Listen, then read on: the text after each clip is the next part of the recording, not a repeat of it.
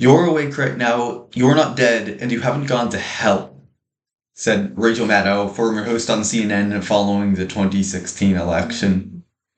Ladies and gentlemen, people are angry about politics. Donald Trump had similar words following the 2020 election.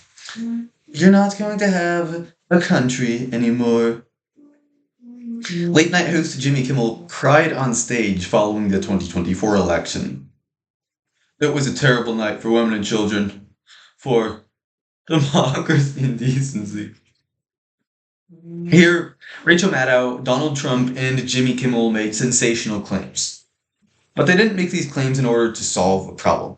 Instead, they wanted to create drama, and they achieved it by displaying shock and anger for the cameras. This is called false outrage. Even though false outrage is designed for the cameras, it influences others. Actually, it doesn't just influence them. It infects them. False outrage is a disease. To cure this disease, we must decide that anger is not the solution to complex problems. Today, we'll start by diagnosing false outrage in our culture, move on to its symptoms, and conclude with the cure. If American culture could walk into a doctor's office, it would come away with a severe diagnosis of false outrage. So, what's the difference between true and false outrage? True outrage wants what is right. It only cares about achieving good. False outrage wants to be seen. An excellent example is George Orwell's dystopian novel 1984, where the communist regime mandates a daily practice known as the 2 minutes of hate. Every day, the citizens gather in front of their TVs and scream in outrage as images of their capitalist enemies flicker by on the screen. They achieve nothing. They only perform their anger.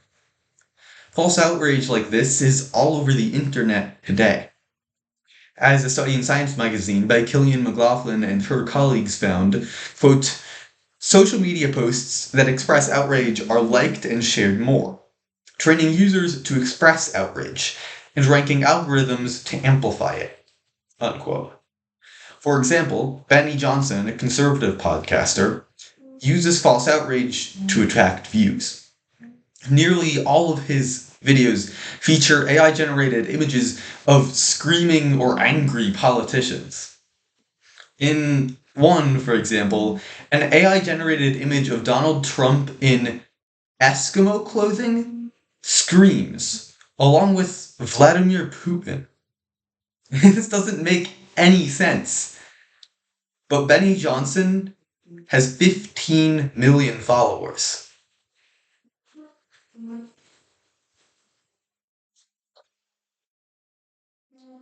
Unfortunately, false outrage isn't just online.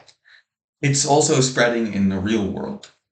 The Foundation for Individual Rights and Expression points this out in a report. Quote, this year, 68% of college students said that shouting down a speaker is at least rarely acceptable. Unquote. The report noted that this number, 68%, is a record high. More college students than ever before are willing to use outrage to end conversation. This happens all around us. 3 years ago, my grandparents and I went to the March for Life in Washington, D.C. When the march ended, I decided to keep my poster as a souvenir.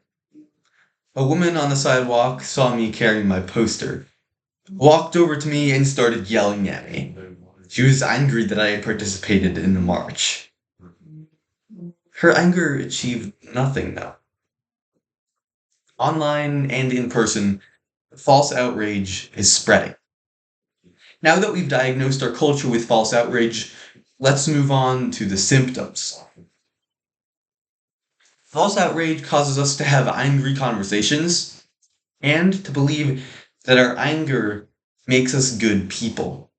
As writers for The Minimalist, a blog that encourages simple living, put it, quote, we've all gotten offended without asking ourselves why. and then used our false outrage to cast judgment upon others. It helps us feel better. Unquote. When we pretend to be outraged, we don't have to reason through our beliefs. Piers Morgan, the British host of a political show with 4 million followers, uses false outrage to avoid hard questions. In a 2017 interview, when Piers' stance on gun policy was challenged, Piers responded, "How dare you?" His guest responded, "Well, Piers, you can keep saying that, but my point still stands." Piers didn't address the point. "Again, how dare you?" he repeated. Nothing Piers Morgan said advanced the debate. Instead, he used outrage to shield himself, because outrage is easier than analysis. False outrage is like hiding under the bed during a game of hide and seek. It'll hide you well, but it's a terrible place to be. Performative outrage is a terrible place to be. Humans express outrage because it makes us feel like better people. Psychologist Joshua Grubbs, in a 2019 study, found that public figures express outrage because they receive applause from their audience. In what he calls moral grandstanding, when public figures condemn some far-off event, they receive praise for their bravery and courage. Stephen Colbert, another late-night host, has done exactly that. After Donald Trump held a rally at Madison Square Garden in New York City, Colbert responded on his show, quote, "I'm sure it was just a coincidence, but in 1939, they held a pro-Nazi rally there," unquote. With this remark, Colbert insinuated that Trump is pro-Nazi. Having created a straw man out of Trump, an evil Nazi, Colbert spared no words, swearing at Trump live on national television. His statements make sense within a worldview that treats outrage as virtuous. Author Glenn Beck describes the human effect of false outrage in his book, Addicted to Outrage. Quote, "It deprives human beings of genuine humanity, replacing it instead with an outwardly facing caricature of a virtuous human being wrapped around a rotting corpse." Quote. False outrage, this worldview, has morality backwards.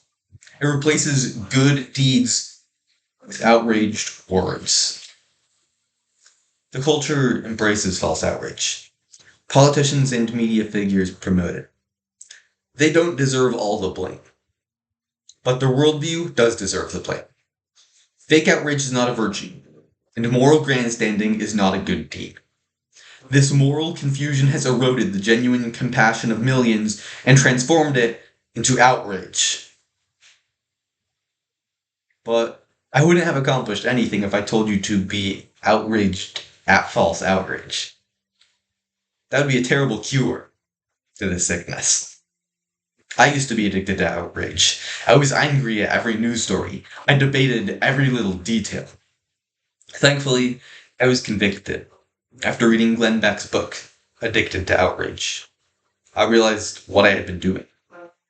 Quote, Colossians 3 verse 2 says, quote, "Set your minds on things above, not on earthly things." Quote. I made a pledge to stop being outraged at earthly things. Imagine if everyone stopped practicing false outrage.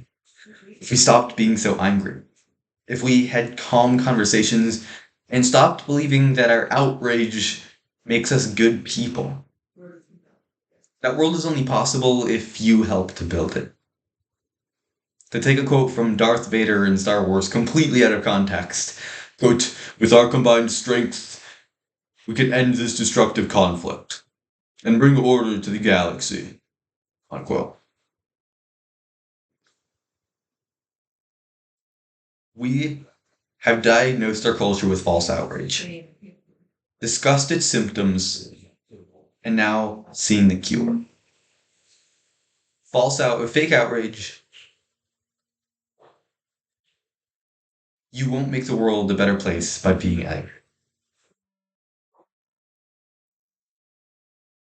Focus on something higher than the next controversy. You have a whole life to live. Don't waste it being angry.